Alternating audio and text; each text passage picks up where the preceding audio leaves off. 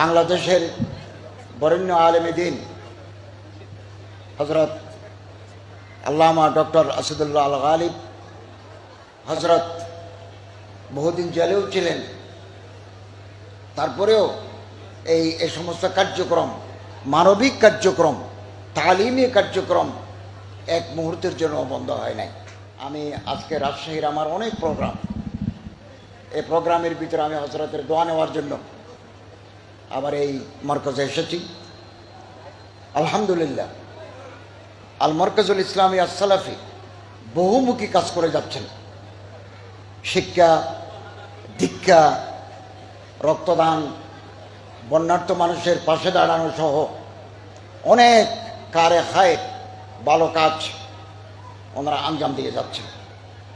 এবং এই বালক শাখায় 1900 আর বালিকা শাখায় মিলে প্রায় 3000-এর কাছাকাছি ছাত্র দ্বীনে আলম হাসিল করছেন।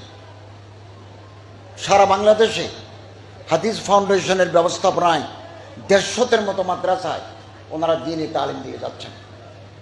উত্তরবঙ্গে ইসলামের প্রচার প্রসার, দাওয়াত ও তাবলীগ এর কাজে ডক্টর আল্লামা আসাদুল্লাহ আল গালিব জিদাত মাআলুম কুমের অবদান অবিস্মরণীয়। আপনাদের সাথে সৌদি আরবের সম্পর্ক ভালো, হিন্দুস্তানের সম্পর্ক ভালো, মিশরের সম্পর্ক ভালো।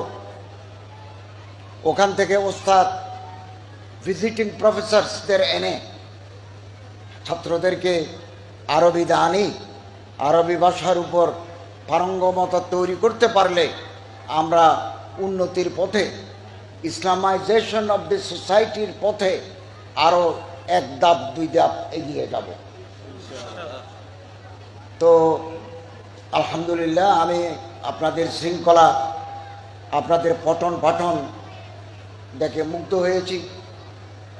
এবং হযরত বহুদিন জেলেও ছিলেন, তারপরেও এই সমস্ত কার্যক্রম, মানবিক কার্যক্রম, তালিমি কার্যক্রম এক মুহূর্তের জন্য বন্ধ হয় নাই। আমরা এই দেশকে বেদাত মুক্ত, খোরাফাত মুক্ত এবং রাসূল করিম সাল্লাল্লাহু আলাইহি ওয়াসাল্লামের সুন্নাহ ভিত্তিক একটা রাষ্ট্রের আমরা গোড়াপত্তন করতে চাই।